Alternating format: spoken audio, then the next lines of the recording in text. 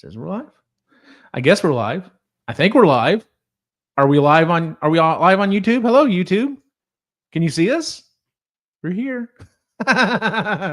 This is Epically Geeky Live. I'm your host for the evening, Eugene Stevens. I'm joined by my partner in crime, Cyrus Martin, or Super Mega Cyrus 64. Nice. I like that. How you been, man? I've been okay. Okay. Oh, all right.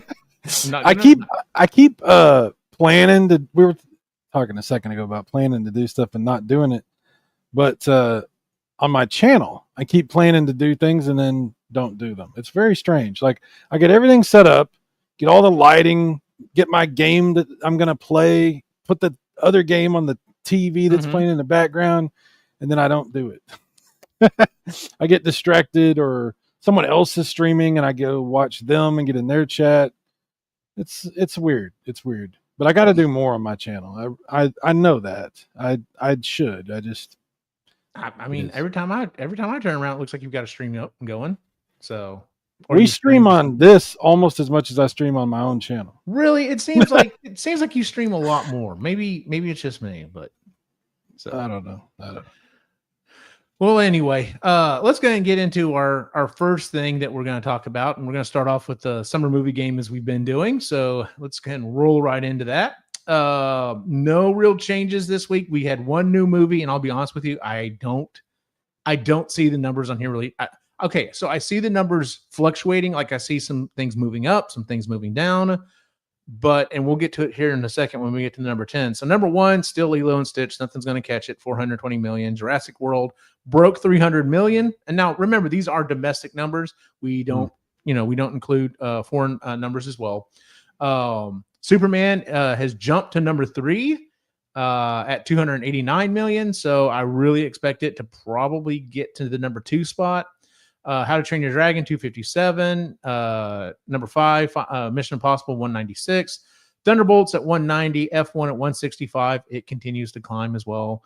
Final Destination, 138. Fantastic Four jumps on the board at the number 9 spot at 118 million. Now, that's really not bad. I mean, granted, you look at it and you're like, man, like it's only at number 9, but that's 118 million for one weekend, and it didn't even open early like Superman did over July 4th. But 118 million. So I expect it to probably get up to the number 5 or 6 spot, probably. But the real question is Elio. Elio's at number 10. Disney's Elio is at number 10 at $71 million. I'm looking at what's left. We've got one more month left of this game.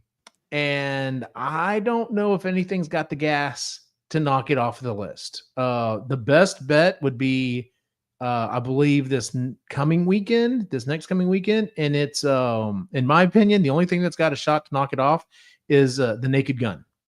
It's got the time. It definitely has the advertising. Like I see ads for this movie constantly, to the point that I was at a convention. I was at a convention this last weekend, but the weekend before last, I was at a pop culture convention, Greater Austin Comic-Con, and they had a booth promoting this movie, and we're like, hey, here we go, promoting. They're like, nope, we're just here for The Naked Gun. I'm like, when I was walking away with my buddy, I was just like, I think this is the first time I've seen a movie like promoted at a smaller con that we go to, like San Diego Comic-Con, New York Comic-Con. That's very common, but like at a smaller type convention, like I was like, man, they spend some money to actually have a booth here and get this movie promoted. So I'm guessing they feel good about it. So. Well, I'll tell you this. They have a very interesting marketing campaign. I've noticed that on the news websites like Yahoo News and CNN and different places, they're playing up this story of Pamela Anderson and Liam Neeson having a love thing, a love connection. They keep talking about it everywhere. They're really trying to pull in every group they can. It's strange to me because it's The Naked Gun and you're like, okay, yeah, but it's definitely aroused curiosity in the movie. I admit when I first heard about this and I first saw a little bit about it, I was kind of like, yeah, I don't know about this. But then I watched the trailer for it, and I saw other people reacting and talking about it. And the problem is a lot of these reactors are it's all marketing. A lot of Yes. these people are fake. They're doing a reaction, but they're really just doing what they're told to do. Mhm. They're being paid to do that. So it's tough to know who to trust when people talk about movies. People's Maybe motivations are. we should talk about that more in depth. Yeah, maybe we should. Maybe that's something that might come up during the show. Yeah, maybe. No, I I'll get it. leave And I'll be I'll leave honest with you. When I first heard Liam Neeson, I thought that's perfect. That is perfect casting. That's great. I'm down for this. And then when I watched the first trailer and the Mm. whole thing with the little girl walking in and all that stuff, I was like, this doesn't look like the Naked Gun to me. I don't think I'm gonna enjoy this. But then when it cut to the scene where he's looking at the picture of his dad, and he's like, I'm trying to be like you were, Dad, or whatever. And I'm like, okay, that's kind of funny. And then when it cuts to all of the different people doing the same thing to their dads, I was like, oh no, this is Naked Gun. This looks funny as hell, especially when they get down to OJ Simpson and the dude's just like, Yeah. so I don't know what to think. It's not going to be like the old Naked Gun, though. It's different, and yeah. I'm okay with that. They're not trying to just copy everything that Leslie Nielsen did. Yeah, I actually watched the Naked Gun, the first one, a couple days ago. I actually watched it not very long ago, and that movie's still really funny. That Yes, movie's it is. yeah, but it's I actually just so. watched it a few weeks ago with my boys. Oh, okay. It's just his Leslie Nielsen. There's never going to be another Leslie Nielsen. He did what he did. Nobody else can do. Mhm. But we'll see how this goes. It might be good. I'll watch it. I don't know. I don't know what to think, but we'll see how it goes. I'm keeping an open mind, as they say. Yeah. Yeah. So, and then the rest of the scores, somehow or another, I still managed to be at number 2, but Pat's at 59. I'm at 50. Lewis is at 44. Our buddy Sean's at 38. Ray's at 37. Josh W 35, Mike P 33. We have a tie between Chris and Travis at 31 and Johnny at 30. So it's still fairly close, but like I said, it's really going to depend on how those movies end up. And the really interesting thing is the way this game is scored. That number 10 spot that Elio is currently in, that one's worth 13 points by itself. So if something does knock it off, it's going to completely change these scores around. So that's one of the reasons why I like the way this game is scored, because it's never until the very end you got a chance, because you just never know how things are going to end up. So, but yeah. All right. So the first story that I wanted to talk about that I put up was about San Diego Comic-Con. So speaking of conventions, so the big one, the Mecca Medea as it is of geekdom, happened this last weekend, and there was a lot of news that came out about it. So I was just gonna, was kind of looking up, wanted to talk about some of the things that have been going on. So I found an article on Polygon. So I was going to bring that up, and Cyrus and I can kind of go through that. So every big San Diego Comic-Con 2025 announcement in one. So we're just going to kind of roll through some of these. Some of these, we may have something more to say or not. The trailer for Peacemaker season 2 came out. Did you ever watch Peacemaker? No, but I did just see this trailer a few minutes ago. Mm-hmm. But no, I never watched it. Oh, dude, you've got HBO, right? Not right now. I go through one app at a time. I don't keep any. Yeah. It is raunchy. The intro for it is freaking hilarious.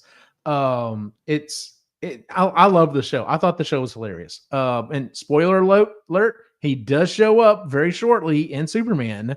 So he is very clearly in this new new DCU.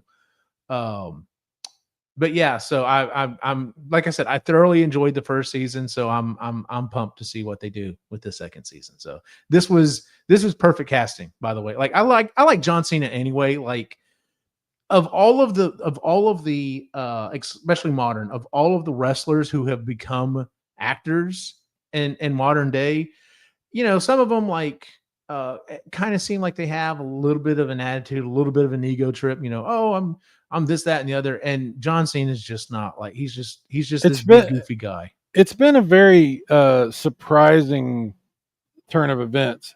I watched a little bit of John Cena when he was a wrestler, or as I like to call them, wrestlers. I did I did watch a little bit when he used to do the thing, Yeah. And I thought he was fun, and I thought he was cocky, kind of, heel, as they call them, bad guy or whatever. I did not expect him to turn out to be a very talented, level-headed actor. I'm very impressed with him, like much more than I thought I would be. And I think you're right. I can't think of any other wrestler that's as good of an actor as he is. Maybe let me take that back.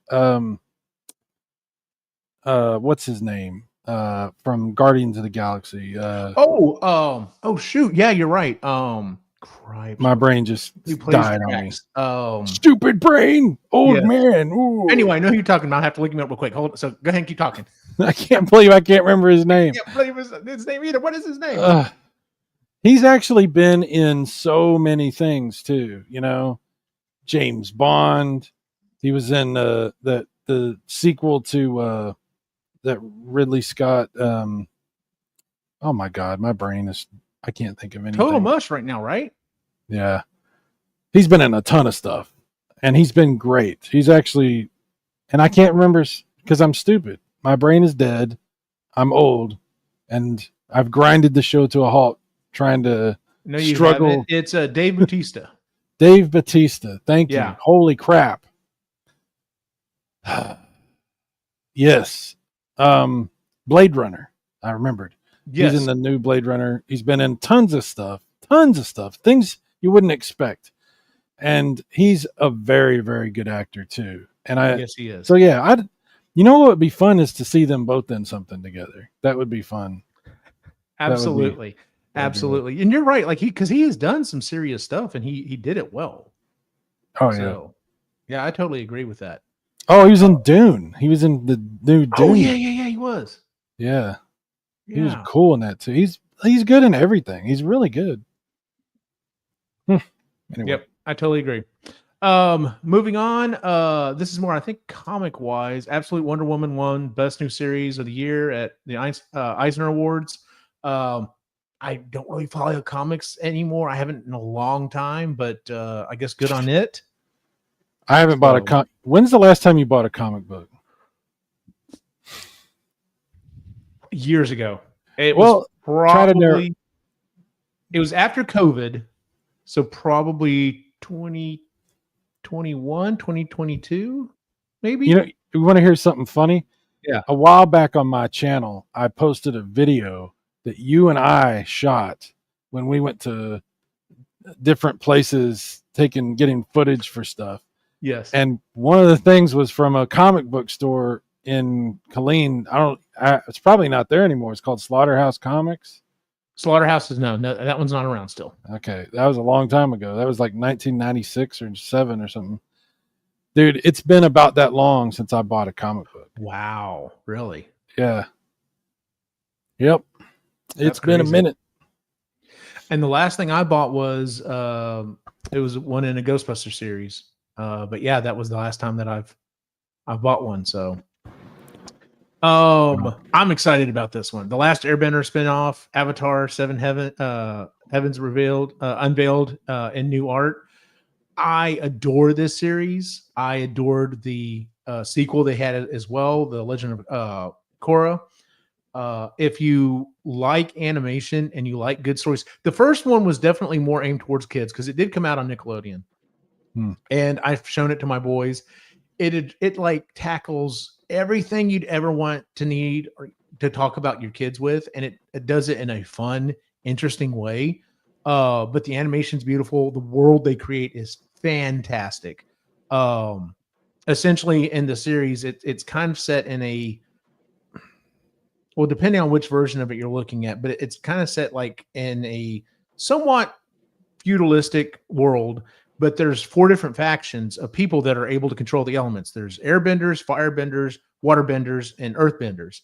And literally the thing shows up that every generation the avatar appears and they're able to manipulate all 4, and they're supposed to help kind of keep the world in check. Well, when the last avatar dies, the next avatar is supposed to be an airbender, and the Fire Nation goes on the assault offensive and basically wipes out all of the airbenders.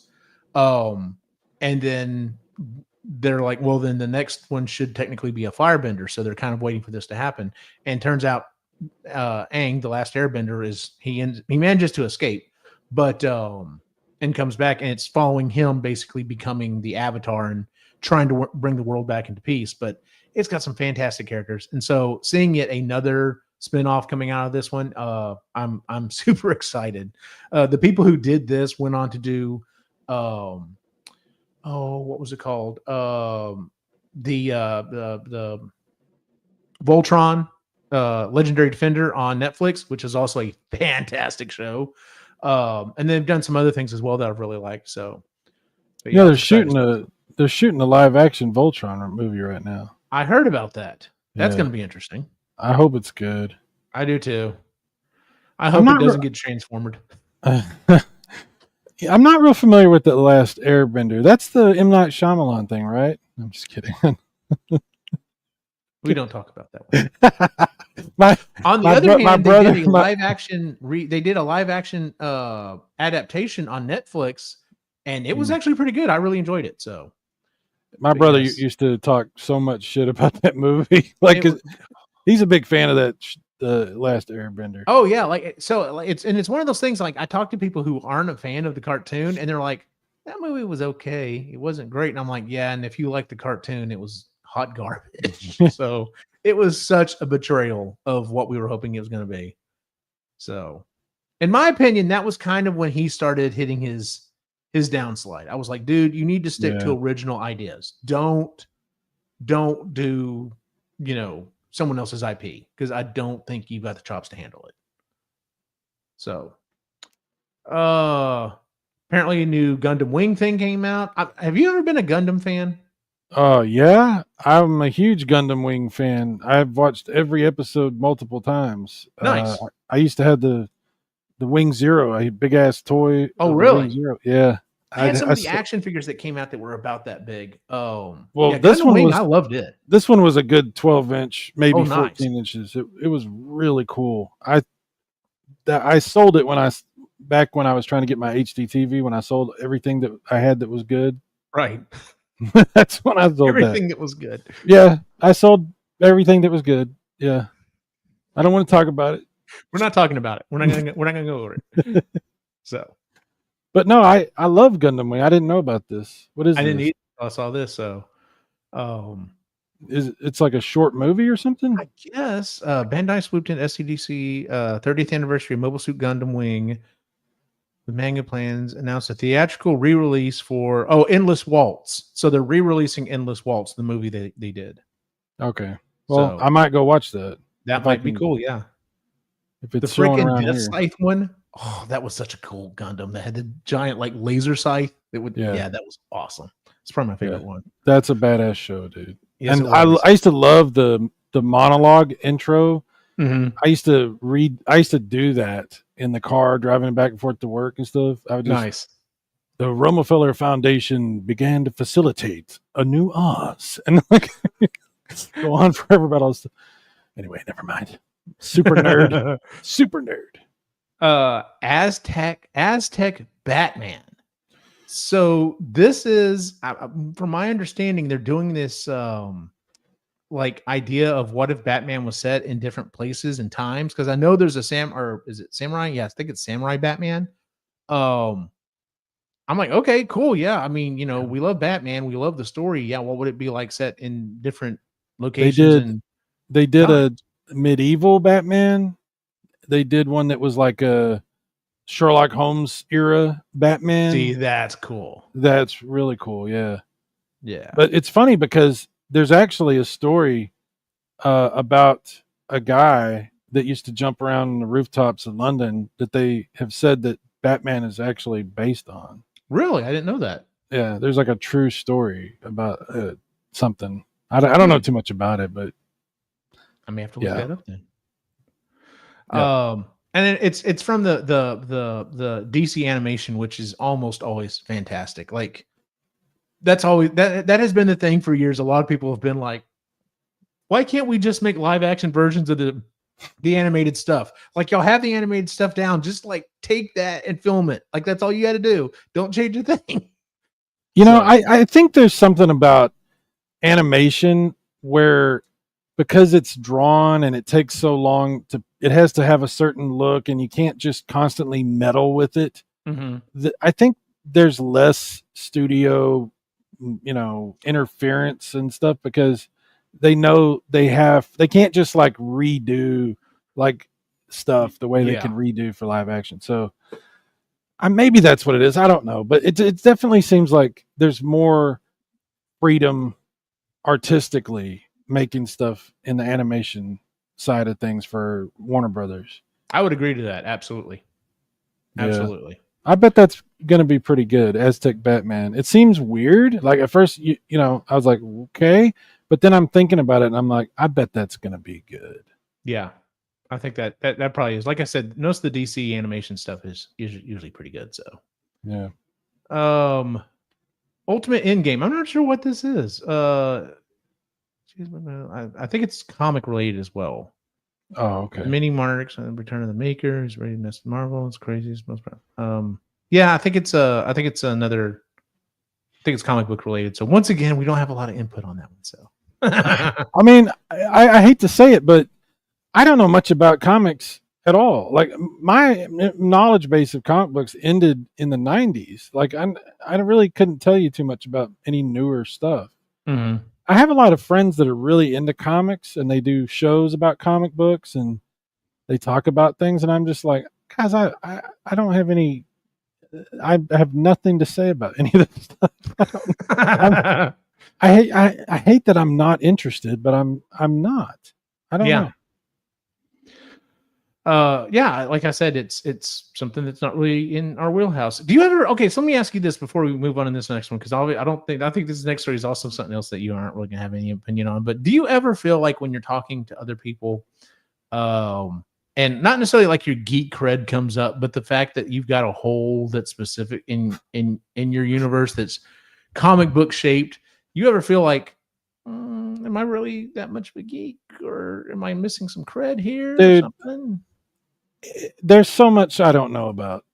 Like, I mean, I learn about I mainly excuse me, I mainly try to stick to retro video games as my main topic, Yeah. but there's so much in that I'm still learning about. There's things that I always am shocked to discover something that I'm like, how did I never hear about this? How did I never see this game? Or sometimes it's like a console, and I'm like, how did I never know this was a thing?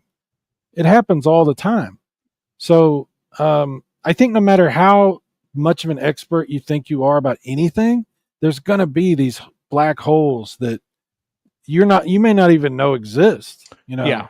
let alone the ones we do know. Like you said, a comic book shaped hole. I mean, that's one we're aware of, but there's probably a bunch that we would be surprised.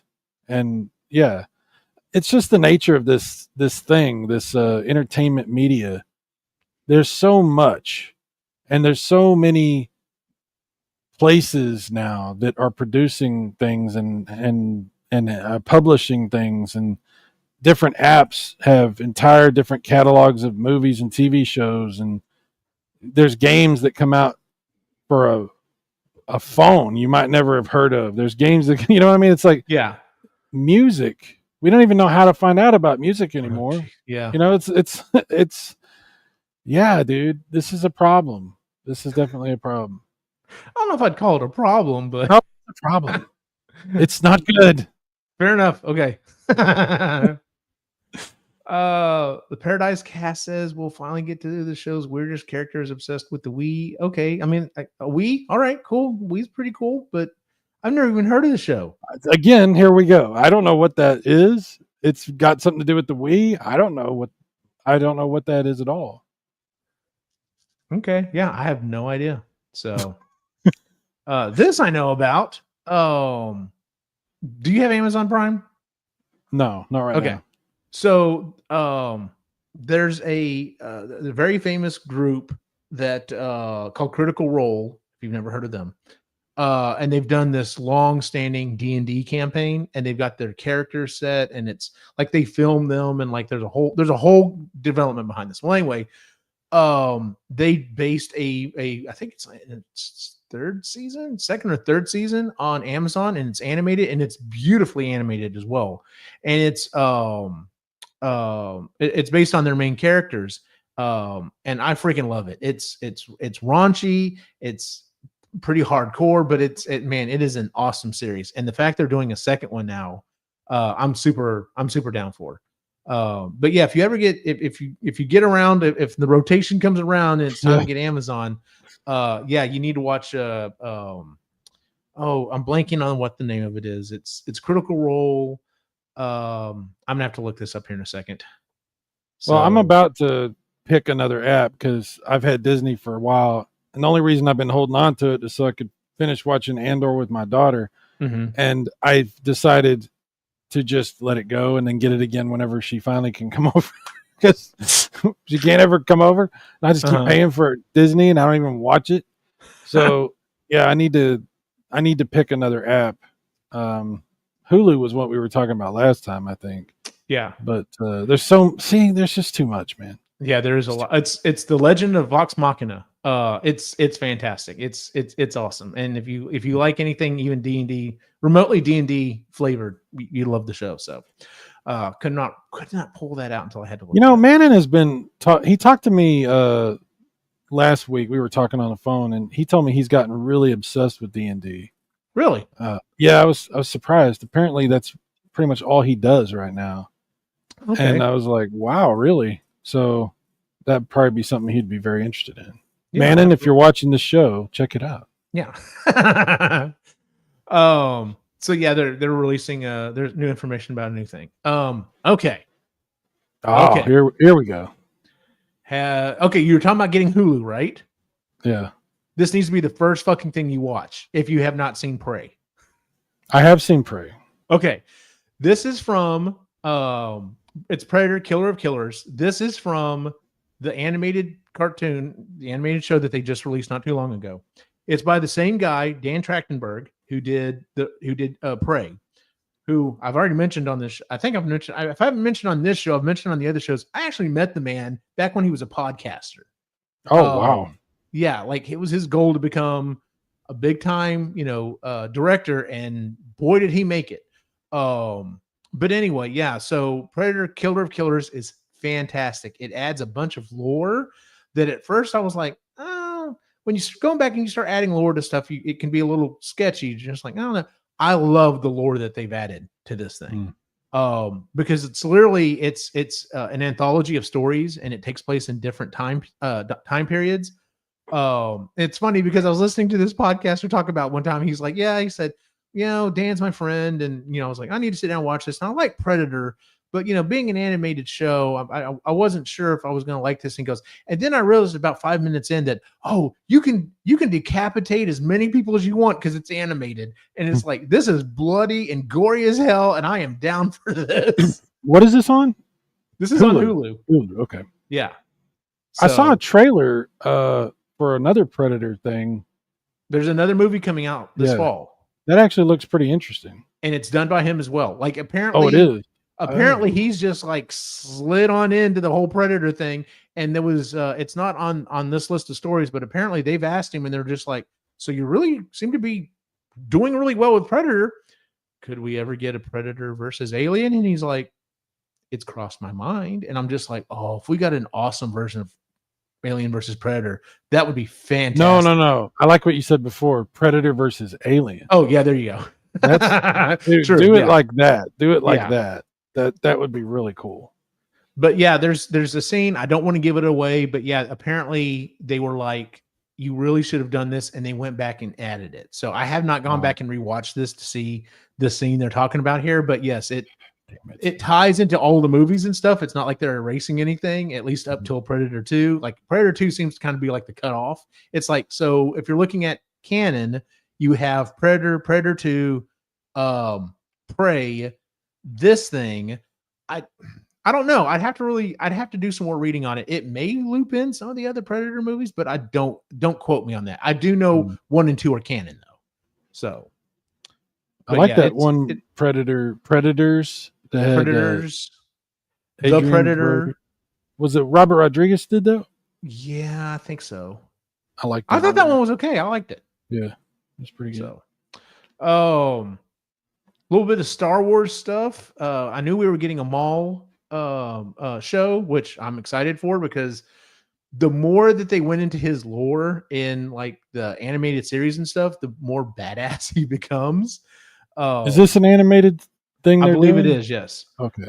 Let's see here. Good news, not entirely true. While Lucasfilm's apparently to be pivoting hard back to theatrical with Mandalorian Grogu.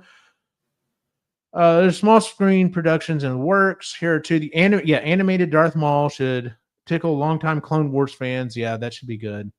And then apparently, we're getting more Ahsoka season 2, which I enjoyed Ahsoka, so I want to see where that goes. So, yeah, that was a good show. Yeah, I'm excited about both of these. So, on to semi-political news. Oh no. I'm sure you heard about what happened with South Park this last week, right? Oh, why? Whatever do you mean?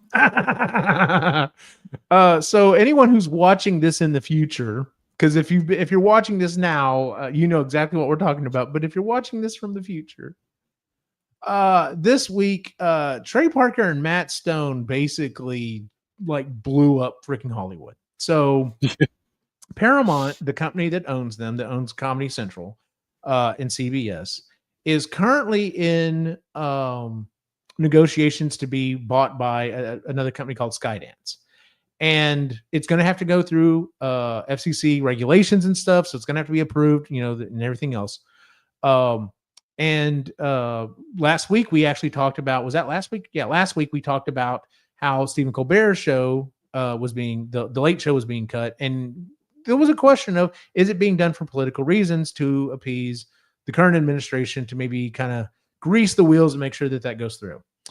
Well, on the flip side of this, HBO has been negotiating with Matt and Trey about getting South Park, like getting everything moved to HBO. So that's where the home for South Park's going to be, is HBO here and going forward, and paid them $1.5 billion. Like, I cannot imagine that much money.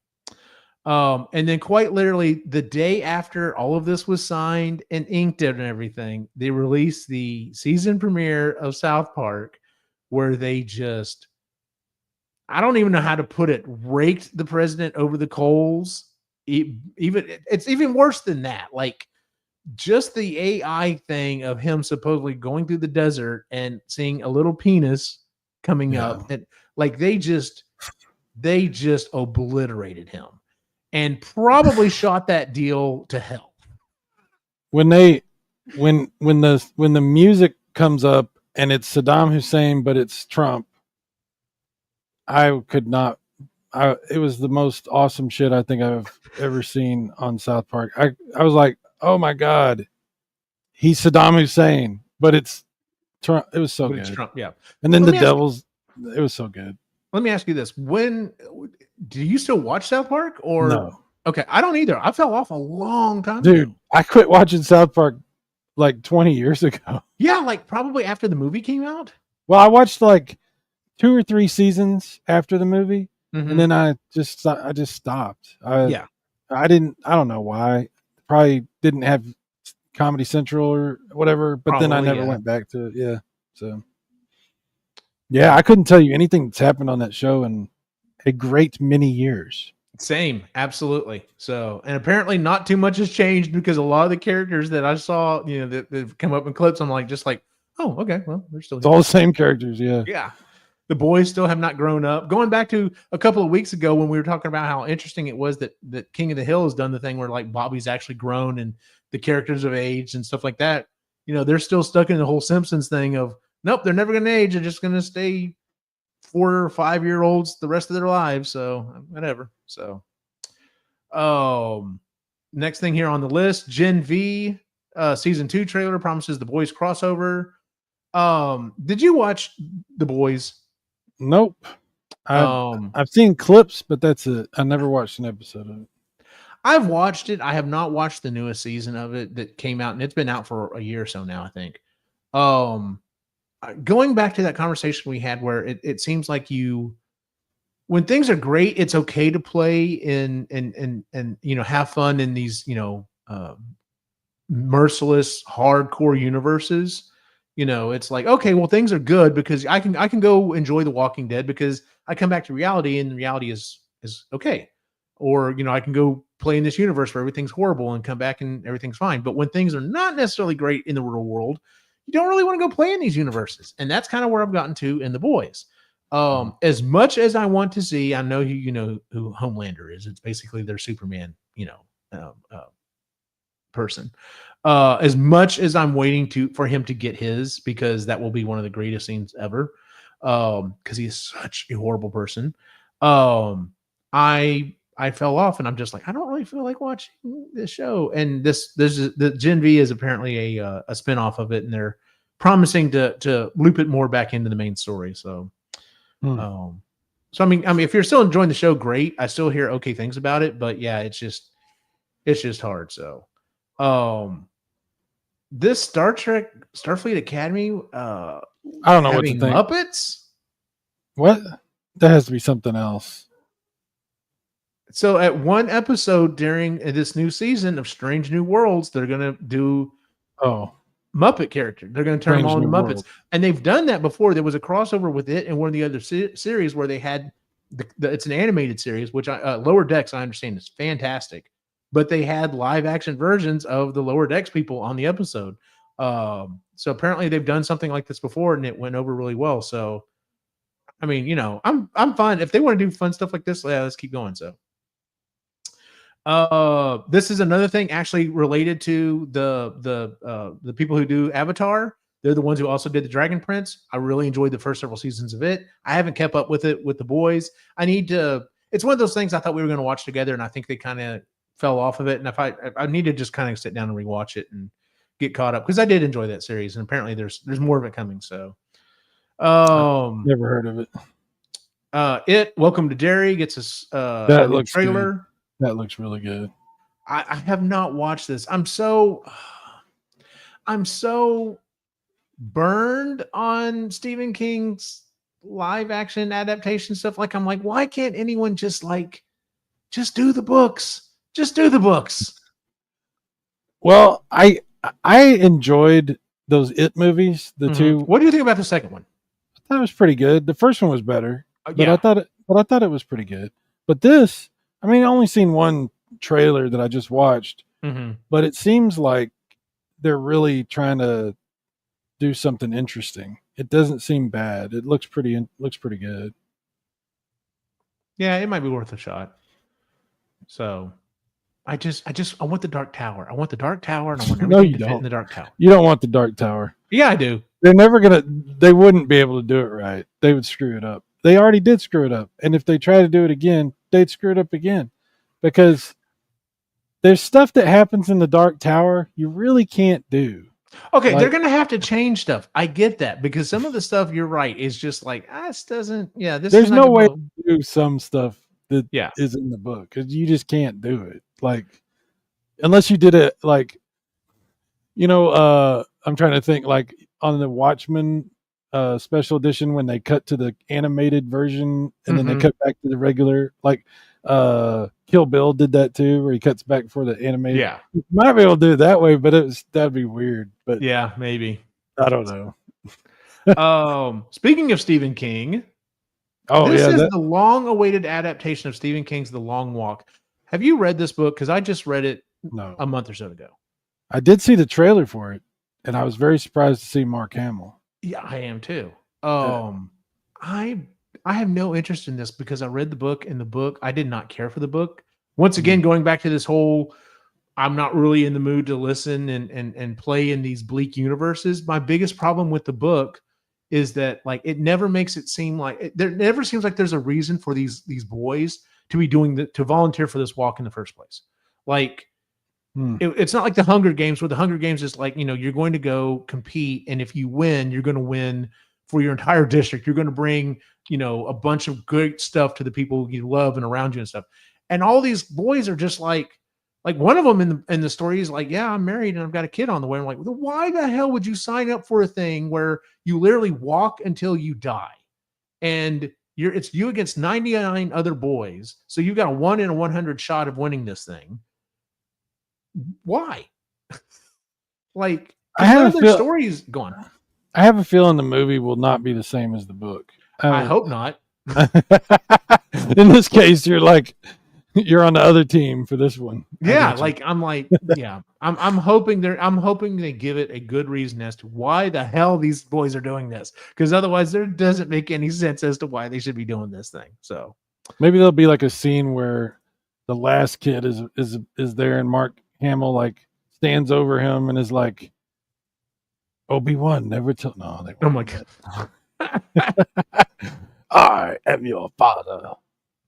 We're getting a Rick and Morty spinoff. I like Rick and Morty. For some reason, it doesn't, like, the newer episodes don't seem to be showing up on Max. I don't know if I'm not on the right thing or whatever, but I like Rick and Morty. Every season seems to come out and there seems to be some interesting stuff. But when I heard they were doing a spinoff, I'm like, oh, okay, cool. What are they doing it on? They're like, the President Curtis. And I'm just like, nope, not interested. Don't care. I mean, he's an okay character, but I'm like, I don't give a shit about. But it's Keith David, dude. It is. And like I said, he's fun when he's on screen, but I don't care about the adventures of President Curtis. He just got his star on the Walk of Fame, by the way. Oh, did he? Yeah. He actually broke down and cried when he found out. Nice. He deserves it. He's a good dude. Like he deserves it. Shit. The voice of every cool fucking like Goliath from Gargoyles, Spawn. Yes. Like how many video games? How many? Oh yeah. I mean, dude. Keith David. And then the greatest fight scene in a movie of all time, him and Roddy Piper fighting in what was that movie called? Damn it. With the glasses. Yeah, They Live. Is it They Live? Okay. Yeah, I think I'm not crossing my wires on this one. Hold on. That's what I thought it was. Yeah, that's it. Yeah, They Live. Okay. Because I get that. I didn't watch that until I was an adult. Really? Yeah, you missed out, dude. I watched it and I was just like, okay, I get it. Now I get all the references. Like I will say the references do hold up though. That was back in John Carpenter's heyday, man. Like Prince of Darkness and the Serpent and the Rainbow and the Thing. Like he was just Halloween. I mean, just one banger after another.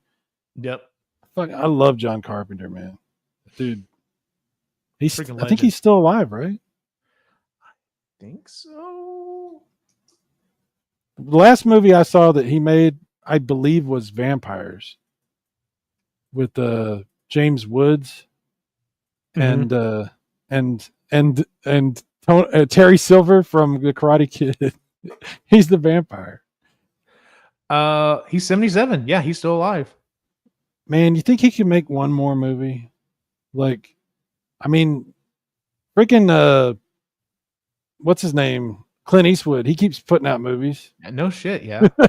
Maybe we get one more out of him. Maybe. He needs a good group around him though, so that I mean, the man's 77. He's gonna be tired. Yeah. Oh yeah. But like he's kind of like the main vision and be like, all right, find someone that can execute on his vision. I think, yeah, that would be good. That might be why it's not happening though, because I think John Carpenter's pretty well known for being super controlling about what he does. So he may not want to work with anybody else. That's probably probably why then. So because he may feel like he wouldn't be able to do the job the way he wants to do it, and he doesn't want to hand it off to anyone else. So that would make a lot of sense. Probably. I don't know. We don't know. We're speculating. Right. We're just two talking heads on the internet. That Daryl Walking Dead show is still on, and season 3 looks like a Western.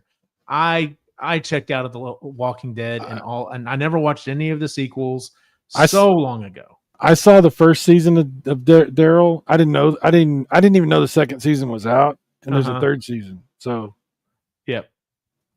I'll probably watch them though. Like when they finally get done, I'll probably watch whatever there is. Because these little series, man, they don't do very many episodes. That's It's not like bad. it's like 10 episodes or something. Huh. Interesting. Some of them are less than that. Some of them like 6 episodes. It's like Yeah. not really even a series. The Teenage Mutant Ninja Turtles will fight Godzilla. Once again, comic books. You know what? It's a comic book. Sure, go for it. Whatever. Five Nights at Freddy's 2 will try to be better than Five Nights at Freddy's. I took the boys to go see that movie, and I thought it was just okay. They wanted to see it. They've never. I don't. You know what? Now that they're old enough, I should see. Especially Alex, because he has a PC. I should be like, hey, have you ever thought about playing Five Nights at Freddy's? You're old enough. But like they know the lore. You know the you know, that's one of those games that's gone freaking everywhere. Like, you know, it's got its fingerprints on everything. And so they enjoyed it, and I'm just like, okay, so. You know, I always found it interesting that kids that have no frame of reference for Showbiz Pizza or Chuck E. Cheese would care about Five Nights at Freddy's, because it has a whole different context if you don't know like how creepy that shit was.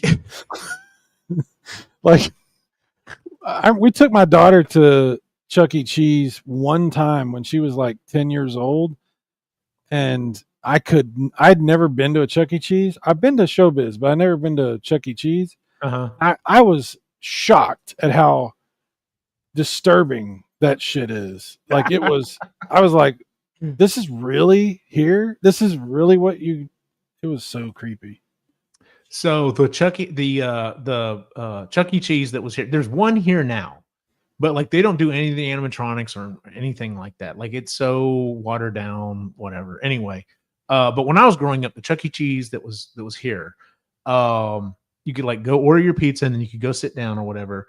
And they had like the main game room, but then they had like the main area where like they had the whole big stage and they had all the different performers. We didn't ever go in there because it was always too loud or whatever, but there was like a side stage to where we would always go eat. And they had a lion. And the reason why my parents wanted to eat in that room instead, they had a lion dressed up like Elvis, and he sang all these Elvis songs. But it's still the traditional, like, you know, it's moving this maneuver and, you know, strumming like this, and, you know, the mouth, and you know, you're sitting there eating your pizza, you're watching a lion sing, you know, Don't Be Cruel. So, yeah.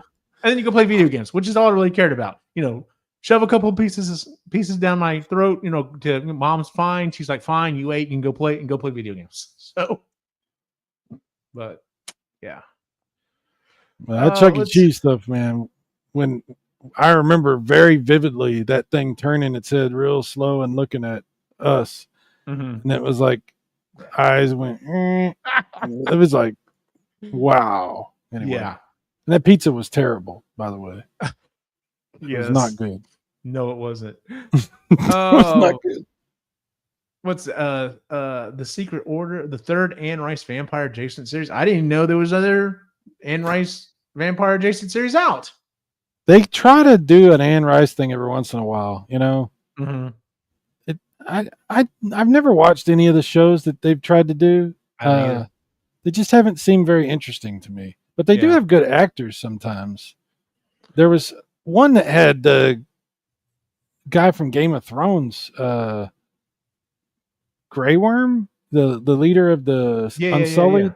Yeah, he was in one of them.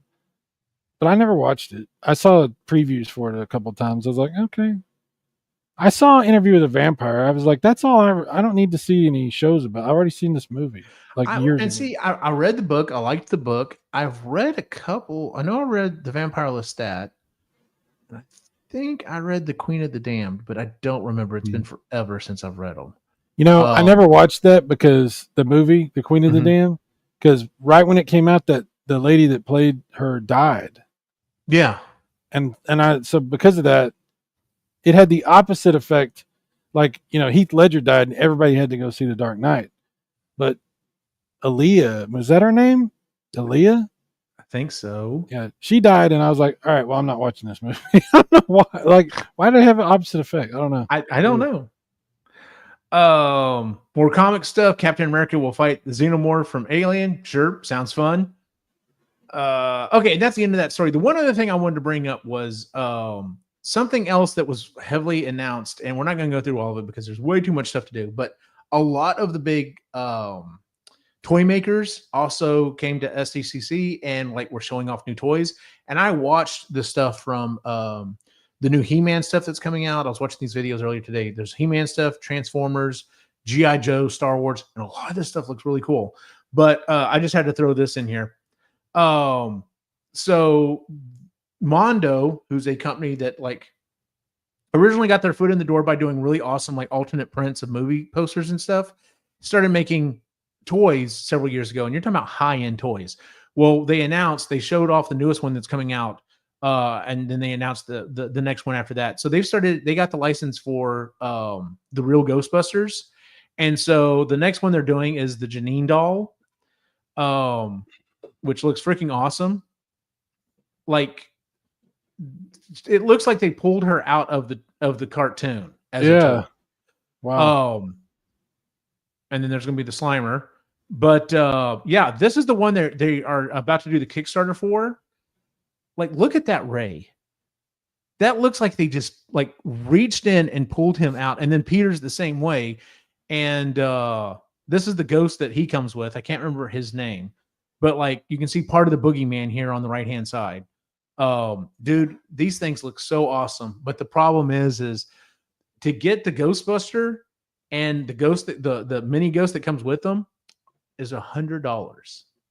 But I wouldn't want just the Ghostbuster because I'd want the big ghost that comes with it. And that's $200. And I'm just like, there's no way. So for the 4 guys and the 4 big ghosts, you're looking at $800, man. And I'm just like, no. Yeah, I would love to have it, but not that crazy. And then the other thing they announced was, were you still into toys whenever the Ecto Glow stuff was out on Ghostbusters? I got to be honest with you. I don't know anything about Ghostbusters toys. I never was interested in them, and I never bought any of them. So I don't Fair know.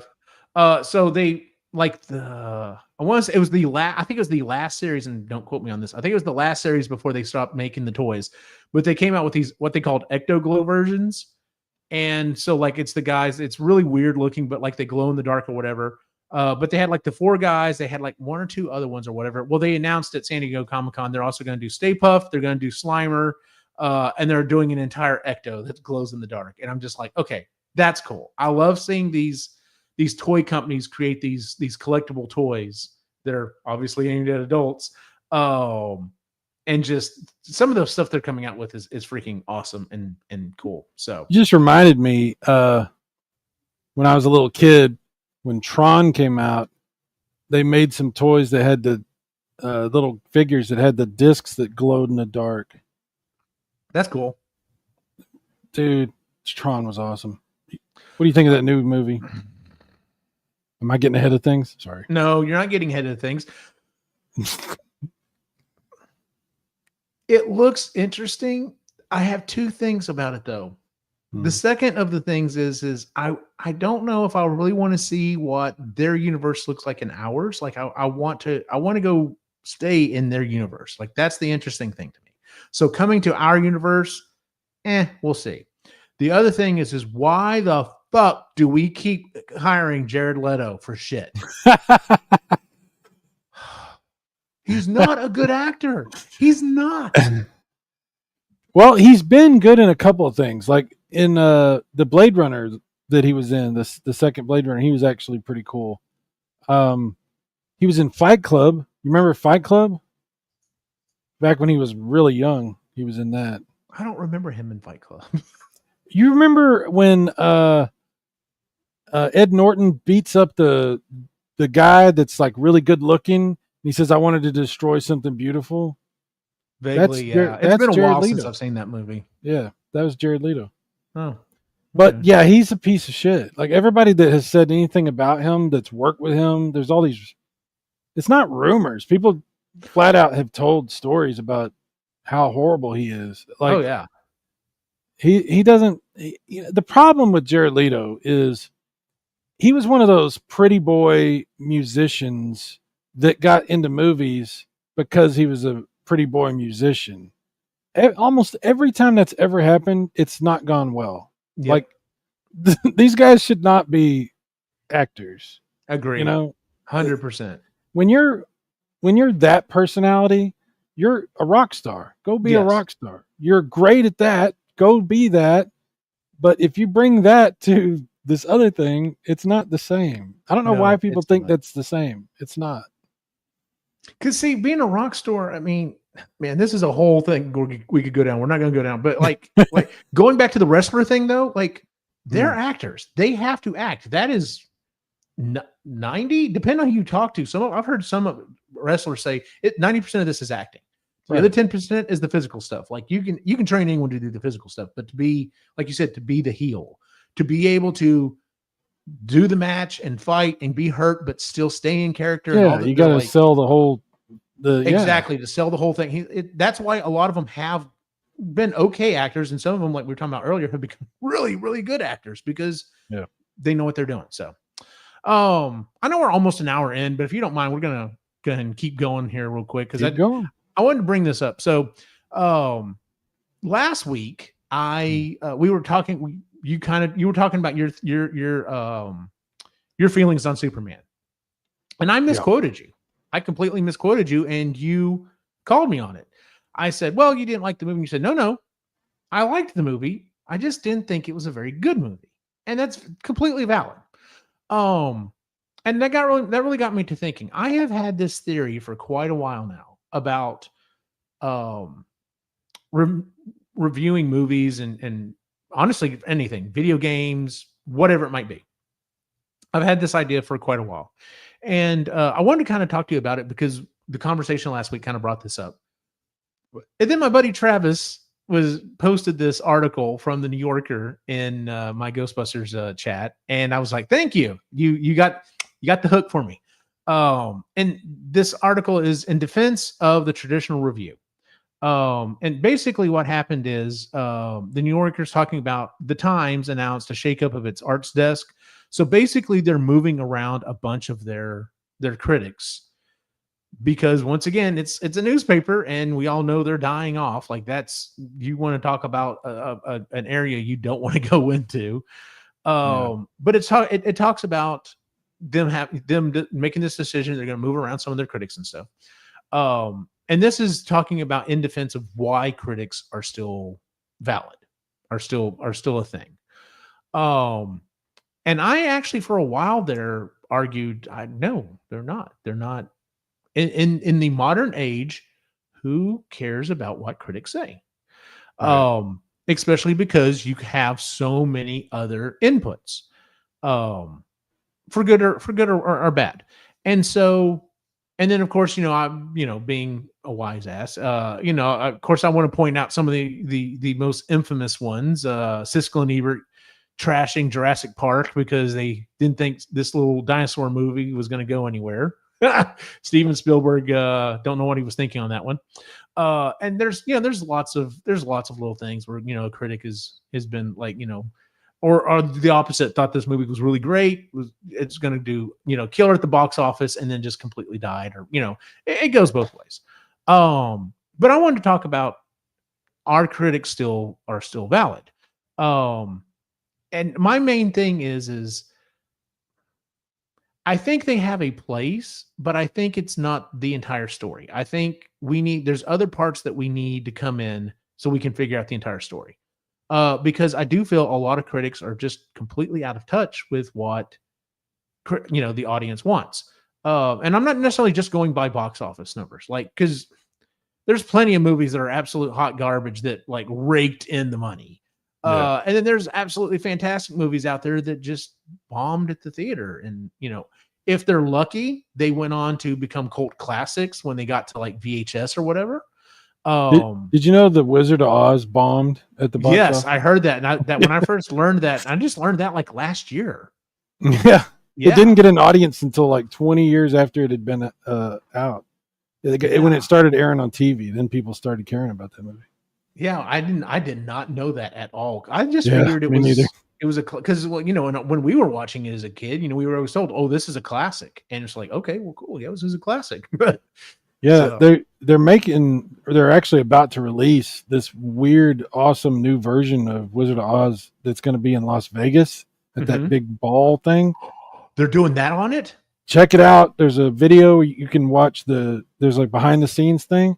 They've converted the entire movie into it's the movie, but they added new elements to Did you make see it. where they did that with the Matrix? I have not seen that. No, I have Oh to my check god, that out. dude! So like, whenever the code's on the screen, the entire dome is doing the code. That Yeah, scene where they're standing there and like they're like, we need weapons, and like all the shelves like start coming towards the screen. Imagine seeing that on the screen, but it going all the way around you as well. yeah. I gotta go there, dude. That I looks gotta. awesome. I want to go there so bad. I know Hell it's yeah, probably dude. expensive as hell, but I this Wizard of Oz thing, dude. Check it out. You will be amazed. Okay, I'm definitely have to check that out. It looks really cool, and they're doing not just the movie, but like for the tornado scenes, they have these giant fans that blow all this debris Oh, into there the you theater go. and stuff. It looks freaking badass. It looks That great. sounds fantastic. I'm sure That it's like sounds fantastic. I'm sure it's like $100 to get in or something, but Oh, I'm sure. I would pay it. It's like going to a ride, Yeah. Anyway, So anyway, I have two things here that I wanted to kind of go over. The one is I have a theory, like if I were going to do reviews, by the way, if I ever decide we're going to start doing reviews on the site again, please shoot me in the face. I don't do Um, reviews, so don't worry about it. okay, good deal. Well, I'm not doing them either. I'm putting that, if anyone is watching this and think this is a good idea and wants to run with it, just say, hey, I'd like to use your idea and go for it. Because I honestly think this is how things should be done. But anyway, so do we want to talk about my idea about how review should be done? Or do we want to look at some of the biggest divides between the audience and the critics when it comes to movies? Yeah. Wow. So Yeah. which one do you want to hit first? Let's do that. The second one. The Let's do reviews that. first? Yeah. All right, so here we go. So I found an article on what was this? On Collider, and it was the 15 notable divides between audience and critic scores on Rotten Tomatoes. I will try to remember to put the links for everything in the show notes, so if you want to go back and check it out. But we're going to run through these one at a time, and we don't have to spend a lot of time on them because, like I said, we're already over an hour. But I thought this would be fun. So here we go. So number 15. Don't Look Up. I haven't seen this movie. I've heard okay about it. Critic score 56%. Audience score 78%. So obviously the audience liked this movie a lot more than the critics did. The thing with the audience score, though, is sometimes it's not right because people play these games where they try to review bomb and do all this stuff. And I was going to bring that up. That is the problem with the audience score is that, like you said, sometimes people get,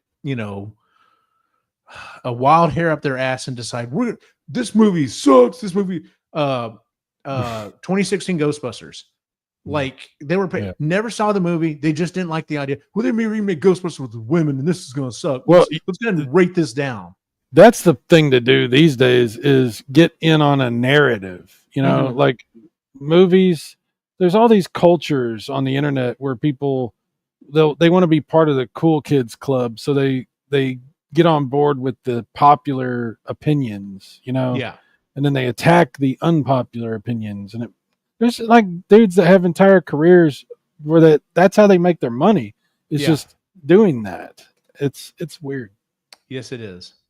So Don't Look Up, 56% critic score, 78% audience score.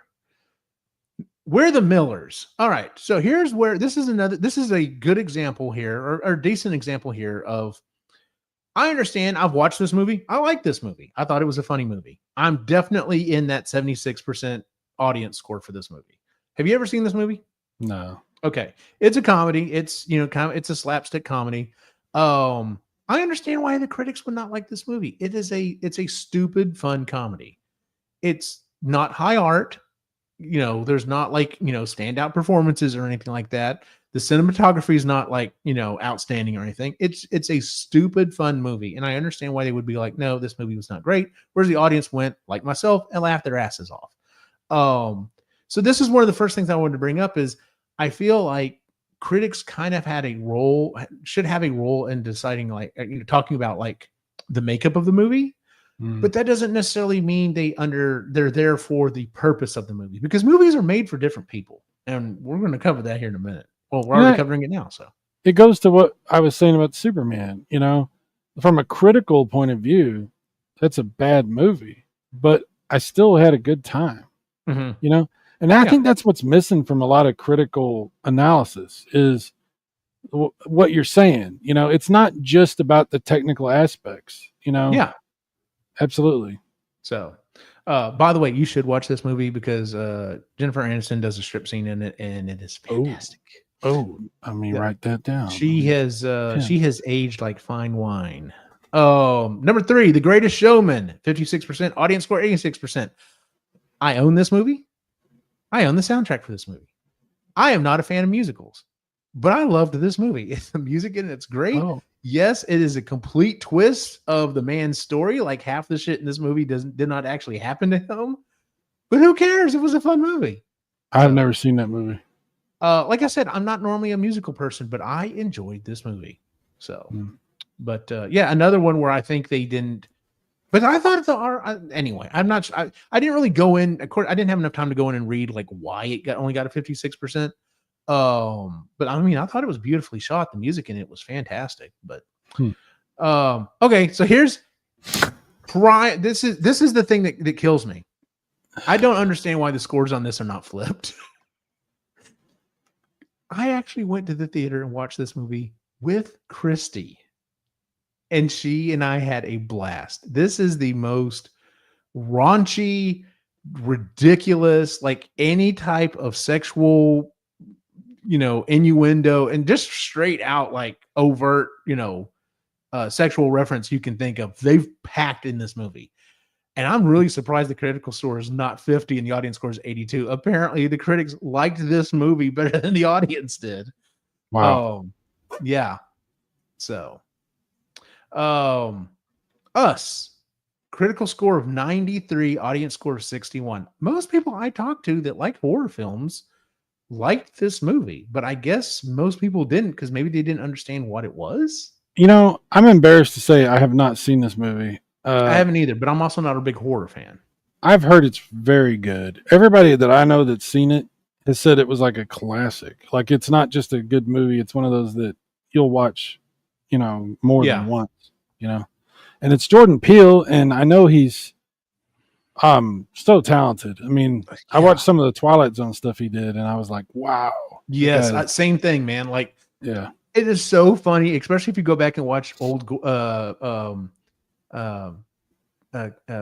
Peele and Key and Peele skits, and to see where their careers went, because the one guy went straight comedy, like some drama and comedy, and he went straight horror, and they've done very well for themselves. They've both done very well. Yeah, they're also. I mean, it also helps that they're also very talented. But yeah, like he dove into horror and like, because a lot of people were just like, the guy from the skit show, he's doing a horror movie. They're like, the guy from the skit show is doing a horror movie. So Weird Al Yankovic. I've heard really good things. Weird Al Yankovic had them on his video for White and Nerdy. Yes. And he got them before anybody really knew who they were. Mm-hmm. And he didn't realize he went back and was like looking at this and goes, oh my God, like how lucky am I? I know, right? Key and Peele right at the beginning. That's awesome. They actually did at least 2 different epic rap battles. Yeah. Michael Jordan versus Muhammad Ali, and then what was the other one that they did? Martin Luther King versus Mahatma Gandhi. I think I saw that one, and they're both fantastic in that as well. So, but yeah, once again, I was kind of shocked that the critic score was so high on it and the audience score wasn't. So I don't think that's accurate. I really don't. Like that doesn't sound right to me. It was. So I double checked. Not only did I go from what it said on the Collider article, I actually went to Rotten Tomatoes. These are the scores I pulled today. I'm not saying when I say accurate, I don't mean I said that wrong. I'm not saying that the numbers you're showing me are not accurate for what's on the site. I'm saying something's up with that. Because no, I agree. Yeah, something's a little off. It seems like that. So yeah, I don't know. Passengers. I didn't hear very good things about this movie. Obviously, the critics didn't like it, but the audience seemed to like it a lot more. I watched a synopsis. They do these videos on YouTube where people will like make a Cliff Notes version of a movie and narrate over it. I don't know if you've ever seen this. Yes, I have. I watched one for this and I didn't know what I was seeing until I was already into it. And I was like, shit. Well, I guess I'll watch this. And I just from the Cliff Notes version, I don't think I would like this movie. The best part of this movie, and I'm sure you've probably seen it, is they went, I think it's this British show. I want to say it's in England, and they have the actors like sit in front of each other and basically cut each other down with jokes. And the interaction between those two was so funny. They were both so hilarious. That's got to be the perfect storm because she's so dry and cutting, and he's like, he's silly, but yes, that's got to be great. That's got to be it great. was. I have to watch that. Because at one point she says something like, I had to drink Pepto-Bismol before our kissing scene or whatever, and he starts to really crack up, and then he tells her during our makeout scene, I could feel your dick pressing against my leg, and she just lost it. So but yeah, go find that clip. That clip's hilarious. So I didn't even know this movie came out. Oh, have you never seen Noah? No, I have not. Oh. But obviously the critics really enjoyed it and the audience didn't.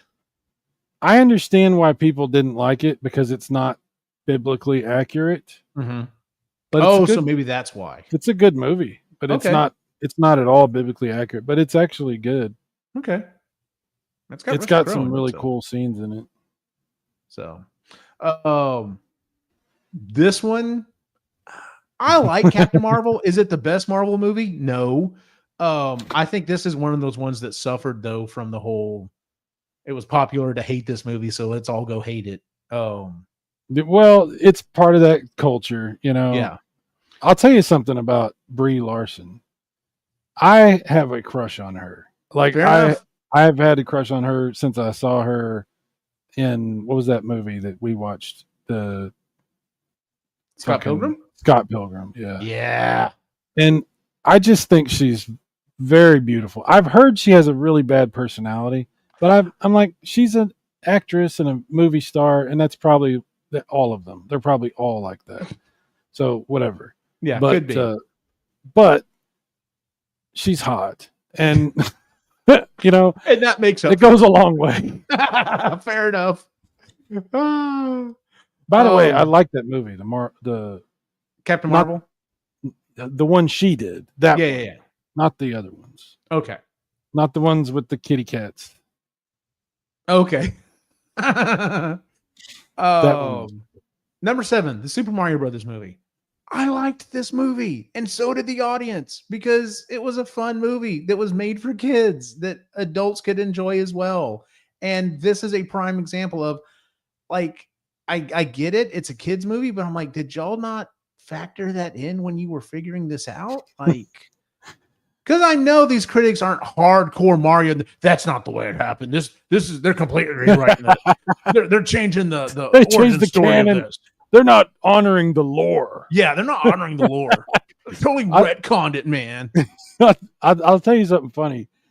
So I want to watch this, but I haven't seen it, and I haven't seen the Minecraft movie either.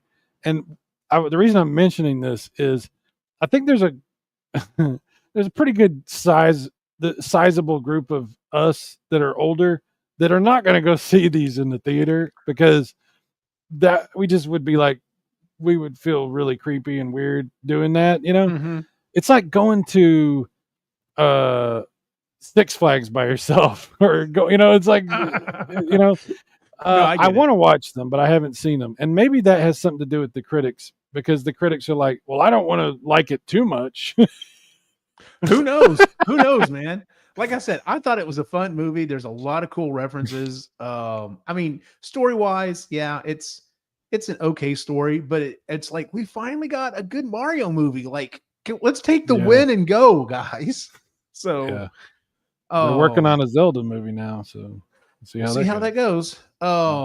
Spy Kids, this was after my time and well before my boys. But once again, it's kind of crazy. The critics scored 92%, and audience scored 47%. But I know lots of people who are younger that loved these movies growing up. You know, my daughter really liked the one. I don't remember which one she saw, but there was one she really liked. But I missed out on all these because, like you said, I wasn't the right age, and she wasn't the right age. And even though it's Robert Rodriguez, and you would think I would be like, oh, well, I have to see him because of that. Still, no, it didn't happen. So I don't know. Oh boy, you're playing with fire right now, Eugene. You know I'm just that. saying. I'm just saying. You're playing with fire. Even like I said, you can't listen to this show. You have to watch it. I mean, unless you've got it on YouTube and you're like just have it in the background. But number five, Star Wars: The Last Jedi. Critical score 91%. Audience score 41%. Do you realize that is a 50-point difference? Dude, there is no movie that exists that has had more hate directed towards it than that movie right there. There are entire internet channels and personalities that have built themselves based on just criticizing that one movie. That movie is I don't think anybody even wants to admit that they enjoyed that movie anymore. I think people have been browbeaten so bad because of the criticism. I will still admit there are parts of the movie I enjoy. Be careful. Overall, be careful. No, I don't come at me, bro. No, don't. But I'm okay. Like I said, there are parts of that movie I enjoy, but overall, like I so get the idea of we want everyone to play in the Star Wars universe and we want everyone, but I'm just like, guys, you still have like Mark everyone Hamill. Else, you still have to have some guidelines. You can't just go say, here are all the crayons and all of the markers and all the everything. Go. Mark Hamill openly went after this movie. Yeah. Like he had to walk it back. They made him walk it back because he went too far. Like, and he didn't go too far, but yeah. I mean, look, I will say this. When this movie came out, I watched the trailer and I thought it looked really cool. And it was a really good trailer. And then I watched the movie and I knew it was going to piss people off. Like I watched it and I was like, wow, they are going for it. But I didn't hate the movie until I don't hate the movie, but I understand the hate this movie gets. No, yes, and that's well put. You're exactly right.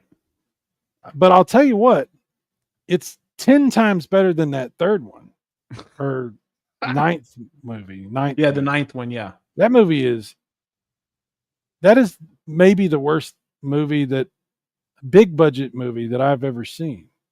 Like that movie is so like nonsensical.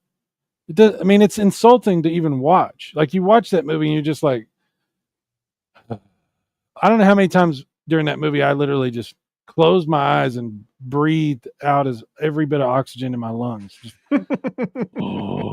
like it. And I don't know. Crawl says it all. Somehow the Emperor came back. You're not even going to explain how he came back. Okay, cool.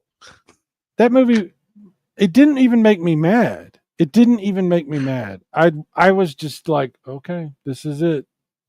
Like when the Star Destroyers magically come out of the rocks and the Emperor can do lightning that is like 1 billion times more powerful than anything he ever could do, and of course, nonsense. There's so much nonsense. The dagger. Don't even get me started. Don't even get me started. Why are you making me do this? All right, let's move on to the next one. All right, let's move on. Yes. Number 4, Uncharted. Critical score 41%, audience score 89%. I never saw this movie. I never played these games, so I never really had. Is Antonio Banderas in this movie? I think so. Is that him in the middle? I don't know. I'll have to look. Obviously, dude, I guess you haven't watched it either.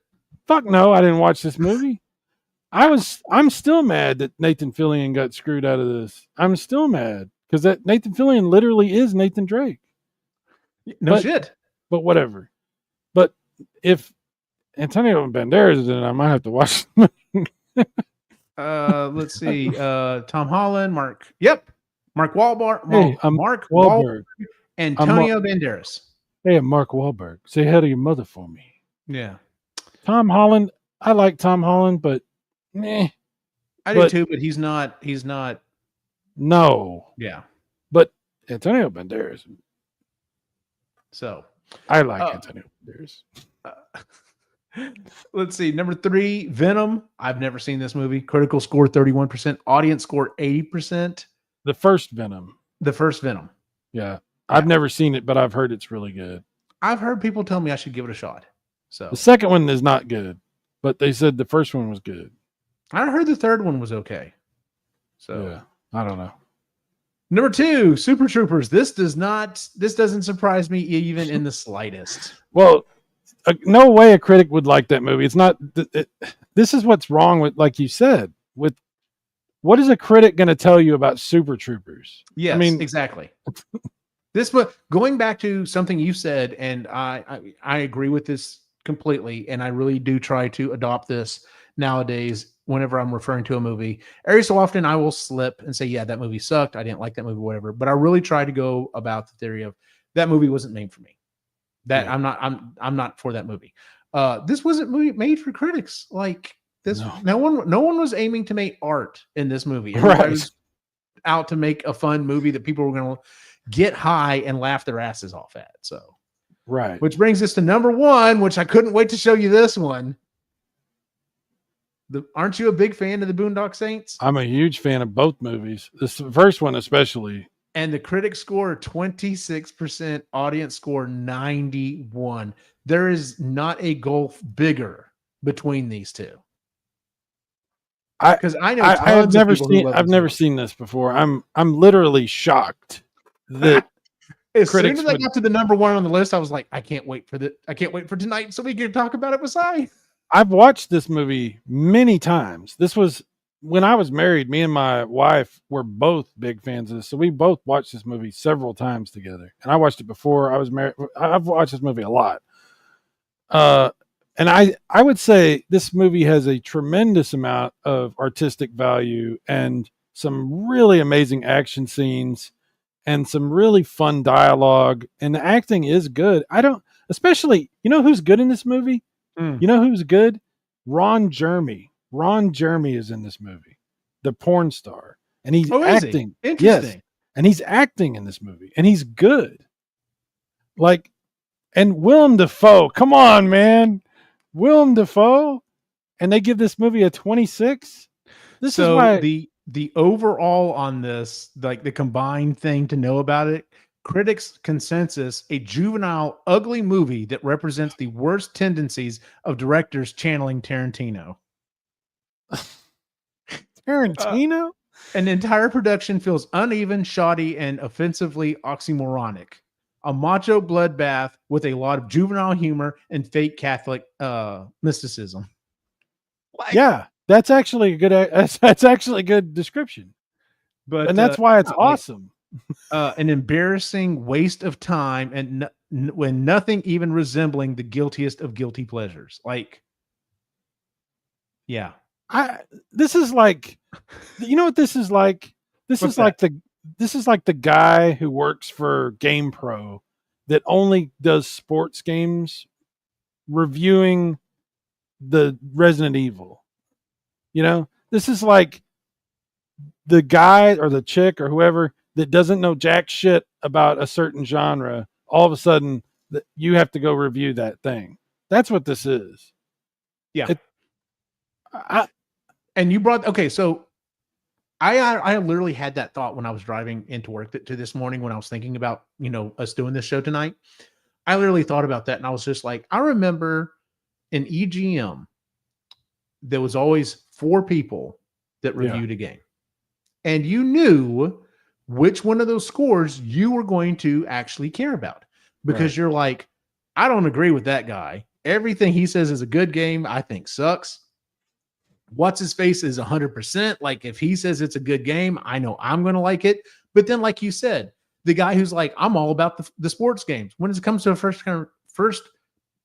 person shooter, what do I care what he thinks of the game? If you're not throwing a football, he doesn't give a damn. Like, totally. Like, you were reading my mind just now. It's just ridiculous, man. It's like, with EGM, they set it up to where you knew that. It was actually a good thing that the way they did the review system that way, because different people could take different things away from that sort of stuff. It was actually really smart. Yes. That's why they don't do it with movies. The egos on these fucking critics, I'm sorry, but these people that are still critics that are working for, I guess, websites now, because they're not working for anything else. Like, who gives a shit what they think? Like, anytime anybody wants to know if a movie's good, they go check Rotten Tomatoes, right? They go check their website of choice to see what the breakdown is. Nobody's going to look to see what these people think about movies anymore. Nobody gives a shit what a critic thinks about a movie or a game or any, music. People have their YouTubers that they like, that they'll go see I got to go see what Tyrone Magnus says about this movie. I got to go see what, the whatever critical drinker, if you like the critical drinker, what he's got to say about something. What did the angry video game nerd think about this? Even though that's bullshit, but you know what I mean? Like, nobody's going to these critics. Nobody gives a fuck what Leonard Maltin thinks about, the new Star Wars movie or whatever. Right. Nobody cares. Well, we've moved on from them. Okay, and that's what I think. I think as an individual, one person type of thing, yes, it doesn't matter anymore. And even if you take them necessarily as a group, number one, there's still a lot of play between, quote unquote critics. Because that was the other thing, was when I got to go to the press screening for Ghostbusters Frozen Empire, like, we were down in the front and the rest of the theater was filled with critics, influencers, people who have TikToks and all this other bullshit. And you could literally hear them. Why are there people dressed up as Ghostbusters here? Like, you don't get it. You have no clue. We're the hardcore fans. We do this you have no idea. And I'm just like, I bet some of you probably have not even seen the first damn movie, let alone whatever. For anybody to ask that is really strange, though, because people always dress up for, movies when the premieres and stuff like that. Exactly. And I guess maybe they thought because it was a press screening, they're like, well, why are they dressed up for the press screening? Oh, okay. But still, yeah. So anyway, I've thought about this for a while. And here's my proposal. You need a 3-tier system. Okay? This is how you need to review a movie. The first one, you do need a critic. And when I say a critic, I mean someone who is trained, whether it is like they're like a writer, maybe they write a lot of movies, maybe they've gone to either film school, they understand acting, they understand directing, they understand, the 3-act play, they understand how it should be put together. But then they should also say whether it was enjoyable or not, because even they can say, well, yeah, this movie was kind of a train wreck. The acting was just so, whatever, but I still had a good time. I think that's still a valuable thing to add to it. Okay. Right. The second person that I would add to this, I'm calling the fan. This is someone who is a fan of the series or the genre. So let's take a horror movie. You need someone to go watch this movie that has watched Final Destination 1 through 5, whatever it is, if it was 6 or however many there was. So going into Bloodlines that just came out this year is like, I'm a fan of these movies. Yeah, they're schlocky. It kind of keeps getting dumber and dumber as it goes along, but I like these movies. I like these horror movies. Some of the kills on them are really fun. And you need to ask them, did you think it was a good movie? And they may be like, yeah, of the series, this was not the strongest one. It was the weakest one. Or maybe, hey, this goes back to the first one. Like, this was really fun or whatever. And I really enjoyed it, or I didn't like it or whatever. And then the third person that you need, in my opinion, is the generalist. Someone who just is going to the movies and just wants to see a movie. And this all goes back to kind of like I was telling you, what was it, last week before last, about how, you know, I knew a woman that I worked at a campus the campus, and she was like excited to see the new Transformers movie. And when I stopped to ask her, well, why is it you're excited for it? I came to realize that she doesn't care anything about Transformers. She just wants to go see a big budget action movie, right? And so she would fill in that generalist thing. I really think this is the greatest template, my personal opinion, and the way that things should be done for reviewing stuff. Because let's start taking movies and throwing it in here and see how it would go. So let's take the first Transformers movie, for example. Critics probably tore that movie apart and were just like, the story wasn't great. The acting definitely wasn't great, especially from Megan Fox. But it's a big budget action movie. It was okay. You might have a good time. The fan could go either way. If it was a fan like me, be like, it was fun seeing the Transformers on the big screen, but these aren't my Transformers. Like, I don't like the changes that Michael Bay made to the thing. I don't like how they look. I don't like their personalities they changed. Why did they create new characters instead of bringing back old ones? Blah, blah, blah, blah, blah. And may not have rated it very high. And then you may have had the generalist that's like, oh no, I thought it was a fantastic movie. Maybe it was a little hard to tell them whenever they were fighting and rolling around on the screen. It was just like a bunch of like it was like taking two toys and just like smashing them together. But I had a good time. There was explosions, and what was it? Josh Duhamel, who was in the first one. You know, he's really cute. I liked watching him. Whatever. Blah blah blah. I really like this movie. And so that way, depending on what the movie is, you can look at it and go, okay, well, you know, I don't know anything about these movies. Maybe, you know, if the critic's talking about how it's a good movie, that maybe it's worth seeing or whatever. But if you're like a fan of horror movies, I would like to know from other people who like horror movies, was this a good movie? Because if I know someone else that's into horror and they're just like, dude, avoid this like the plague. This was not fun. All the kills were stupid or whatever. That's the person I would go with. But if it's just some movie that I'm going to see, like with the boys or whatever, Minecraft movie, I guess I don't care about what the critic says. Right. The critic's not going to have anything I'm really going to care about. A fan of Minecraft, yeah, I might be interested to see what they say. They might be like, yeah, they did a lot of references. It was really fun, and I kind of like that. And then the general person like, yeah, I took my kids. They had a good time. I had a good time. You know, I wasn't bored to tears or whatever, but that's the time. I think we need more reference as to where you're coming from when we get an opinion. And like you were saying, going back to EGM, yeah, if it was the first time you picked up the magazine, you have no idea who they were that were reviewing it. But if you were like us and you read the magazine, you know, month after month after month, you knew which guy was your guy. And if when they gave it a 9, you're like, that's what I want for Christmas right there. He says it's a great game. That's the one I want for Christmas right there. So I was going to say, if you had a fourth column here that said fish out of water, this would literally be the EGM I know, right? strategy. Like, it's I a thought good you could system. get it down to 3. I think 3 might work okay, but yeah, because I'm like, you know, there's some movies. Okay, so let's take that movie, The Materialist, that I just went and watched with Christy. I don't know what it has. I'm not going to look it up real quick, but like I could see, like, if you're a fan of romantic comedies, you might be like, yeah, that was an okay movie. General people may just be like, it was kind of boring. It was kind of slow. Not a lot of stuff happened in it or whatever. And critics may be like, it was very well acted. I mean, they had some really good actors in it. It looks like it was shot fairly well from what I could tell. The critic may have loved it, and I may have been like, well, critics say it's okay, but most other people are just like, meh, whatever. So, of course, what's funny is one of the main reasons we went and saw it was because it was a romantic comedy out in theaters. There are no romantic comedies out in theaters anymore. Like, this thing was like a hope and a prayer that it even got out there, to be honest with you. Dude, there's so many genres of movies that don't exist anymore, you know? Well, they exist, but not in theaters anymore. Yeah, like you remember there used to always be these thrillers, like these murder, like psychological thrillers and cop dramas and stuff. They don't happen. Nobody makes those anymore. Like rom-coms have basically go straight to streaming now. Yeah.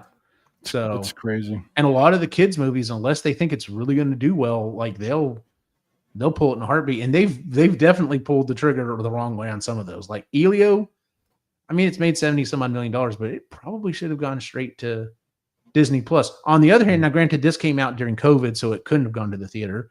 But that movie, it was a Pixar movie. It was oh shit, I can't remember what it's called. Away or something or another. I'll have to look it up.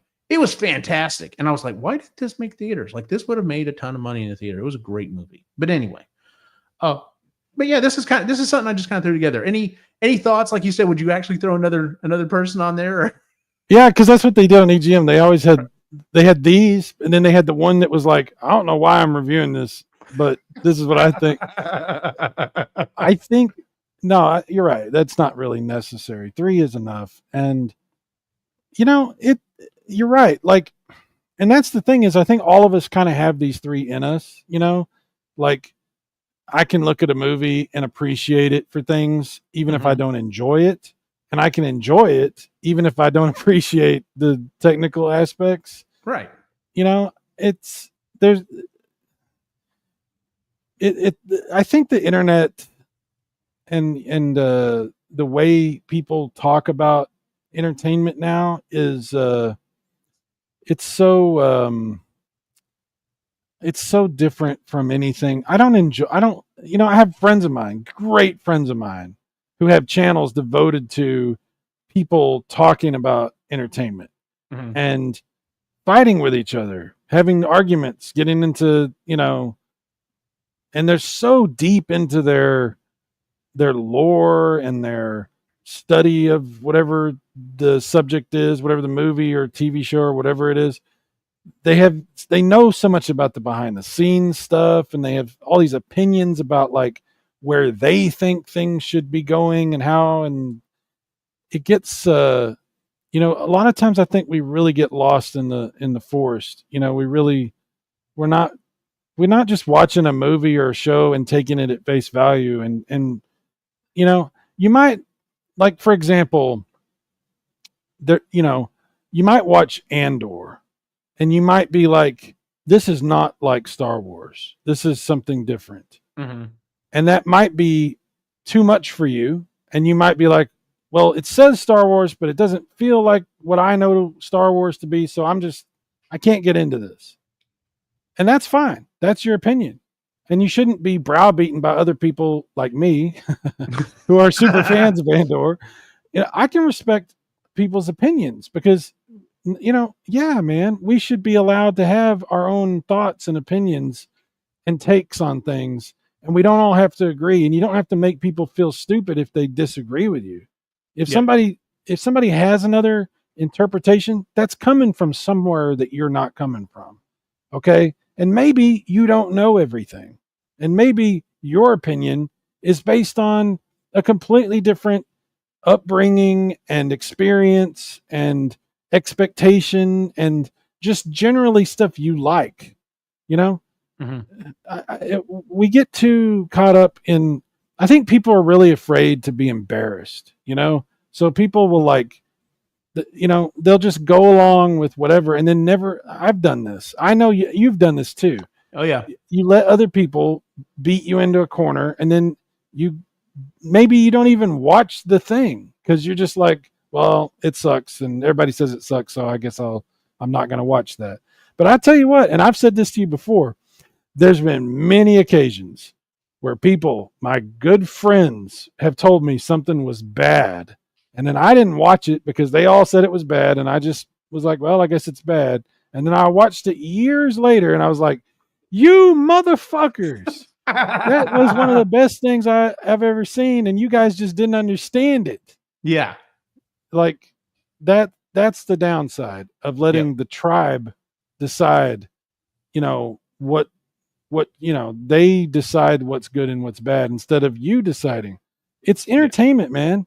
And if it got made, I bet there's an audience for it. It may not be a big audience, but there's probably a group of people who are going to appreciate something that got made that's at that level, Yeah. A lot of money got spent on it. And I'm just saying, I might not want to see Uncharted because Tom Holland is in it and Nathan Fillion's not in it. But if Antonio Banderas is in it, now maybe anyway, you know what I'm saying? Like, I know what you're saying. Yeah. There's things you might not think about when you think you didn't like something. Like, I watched Superman and I go, man, this is a bad movie. There's a lot of stuff in this movie shouldn't have been done this way. And I could easily just be like, fuck this movie. But I wasn't going to do that. I was going to be like, all right, am I having a good time? Am I enjoying the movie? And I did. It's possible for two things to be true at the same time. Yeah. And I think, So, and like I said, that's why I specifically added that thing to each one of those things. What did you think of the movie? But did you also have a good time? And that yeah. was something else. And I don't want to drag us too much longer because one of the other things I had a theory, and I was asking some of the Ghostbusters I was hanging around this past weekend. And I think they've gotten me to come around on it. But originally I was going to ask you, I know for a fact movies and TV shows, it's entirely possible to not only like, but love something that is bad. Yeah. Everyone has a movie, at least one movie in their repertoire. They're like, I understand this movie is not a good movie. It's not well acted. It's not well shot. It's whatever. And I love it more than life itself. And Yeah. everyone's like, cool, dude. That's fine. That's your movie. Just as long as you understand it sucks. You do you, right? I get that for movies and TV. Okay. But I was posting the idea. I was like, does that work for books and video games? And so Oh, the first person that I talked to about this, they're like, yeah, I think it definitely works for books. Actually, it was in the Epically Geeky Discord we have. And they're like, yeah, what about what they bring? What about Twilight? hmm. I'm like, okay, but do the people who like Twilight know that it's not good? And I think one of her friends said, "Yeah, no, I know it's not a good book. I want to say it was Chris." And she said, "No, I understand. This movie is this book series is garbage, but I can't help it. I still like it." And I'm just like, Yeah. "Okay, so there's my proof right there." But then I kept thinking, I was like, "But does that work for video games? Like, do you know anyone that's like this game? This game sucks. Like the hit detection is horrible. The controls suck. The graphics are not good. But damn it, I love this game." Does that work? Dude, yes, Okay, well there you go. absolutely. There's my answer. Because, dude, me and a whole bunch of my friends are very much into video games that are older. I mean, Yeah. you know, and some of these games, the control is not good, the graphics is not great, the music is either non-existent or shit. Mm-hmm. Uh, it there are a lot of problems, especially with that generation. I think they call it the second generation of games. Mm-hmm. But there's problems with 8-bit, 16-bit, 32-bit home. So many people hate Nintendo 64 because they're like, the graphics, they're blocky and the textures are like smeared and weird, and there's all this stuff you could look at and be like, you like this controller? It's what? It's a, but we love it. I don't even want to play N64 unless I'm using a real controller. I need that controller. Fair enough. I'm the same with Intellivision. I'm using an Intellivision controller. I got friends that talk about Intellivision, doing television stuff all the time because there's a homebrew community that's pretty vibrant, and they're like bringing out all these new controllers and stuff all the time, and they're like, oh yeah, you can plug this into the cartridge port and it gives you 2 controller ports, and then you can use these special controls that are like, it's got a D-pad and all this kind of stuff. And I'm like, I don't want to use another controller, man. I'm playing Intellivision. I want to play with an Intellivision controller. Sometimes you're going to love something that's terrible, but you love it anyway. You might have a dog or a cat that shits all over your place, right? Okay. You might really like Captain Crunch. That cereal is shit, but you might really like it, It's even though it tears up your bites mouth. back. Yes. There are things we love because we're human beings and we like things that we can't explain it. And if you try to explain it, I've had people literally make videos about me accusing me of lying that I like a game. Why are you lying that you like this game? It's like, what do you mean? I'm lying that I like it. Like, that's it. See, people can't see it. They cannot, in their mind, they cannot entertain the concept that you could enjoy something that's not great. And you know what? Now that we're talking, I've just thought of one that would probably fall in that category for me. I like Castlevania too. Okay. I do. There's a lot of people that hate that game. I know there's a lot of people who hate that game, Yes. but I love it. I like that game. What about Zelda 2? There's so many people talk shit about Zelda 2. I love that game. It's it's got its parts. My biggest there, I have a whole thing with that game just because when you die everywhere on the map, except for one location, you start off back at the main castle. But if you die in the last castle, you start there at the last castle. I can't tell you. I went for years as a kid, got to the last castle, died, turned it off the system. I'm not going to go all the way back through the map to get to the last castle, not really realizing until a friend of mine came over and beat it for me. Came over, beat it, and I was just like, You start off at the beginning of the last castle?" I'm like, "Okay." So I watched him beat the game. He literally left. I immediately fired it back up and did it again. I was just like, "Son of a bitch." Dude, that's it's not funny. I feel bad for you on that one, but it is kind of funny. No, I find the humor in it. That's but terrible. Yeah. But yeah, I mean, dude, we love games that other people will, and the younger kids. That's how you know. Like the younger kids look at the stuff we love like we're crazy. They're like, "You like that?" Like, I don't know, dude. One of my Ghostbusters this weekend had a list on his phone. He's like, "There's 4 games I'm looking for," and I'm like, "Okay, what are you?" I'm looking for another copy of Diddy Kong Racing because I love that as when I was younger. Okay, cool. And he goes through his list. Superman 64. I'm like, wow. Why are you buying this game? I know it's bad, but I really want to play it. I'm like, all right, dude. So sure enough, he bought it on day 1. Yeah. And came back on day 2 and was like, that game is really, really bad. I'm like, I told you. I understand that though, because I like there's some versions of like Defender on the Atari 2600. Mm-hmm. Not a great version of Defender, but I really like it. And I know a lot of it is nostalgia. And it's also because that was I had played it in the arcade, but I got that when I had chickenpox when I was 9 years old. And I played the shit out of that on a black and white TV. And it's ingrained in my head that that version of the game. So I can always come back to it and it feels like home. It feels fair enough. And it's we use the word nostalgia like it's some disease that you've been infected by. You've got, he's got nostalgia. Ooh. And it's like, guys, the older you get, everything becomes nostalgia. It's either a positive or a negative nostalgia. So going back, going back to the Ghostbusters stuff, going back to this whole list, let's look at Ghostbusters Afterlife. One of the biggest things that the critics said, it was completely staying on, it was leaning too heavily on nostalgia. Oh, look, it's the old Ghostbusters. They're back. Oh, look, he had candy bars that he ate in the first 2 movies in there, blah, blah. And I'm just like, yes, as a fan, as the number 2 person there, yes, that is what I wanted to see. You don't get it. Right. That was stuff we want. Now, I'm sure or the generalist, you're probably just like, okay, why was there a Crackle Bar wrapper in Egon's old flight suit? And the fan was like, that's the stuff I want to see. The generalists are just like, okay, well, there was a candy bar. I don't really understand why, but whatever. It didn't hurt the movie. And the critics like, this is just a callback trying to get you to enjoy the movie because it's a nostalgia bomb. And yeah. So anyway, yeah, we're not going to keep. We're almost 2 hours in, so let's go ahead and wrap things up. All right, fair enough.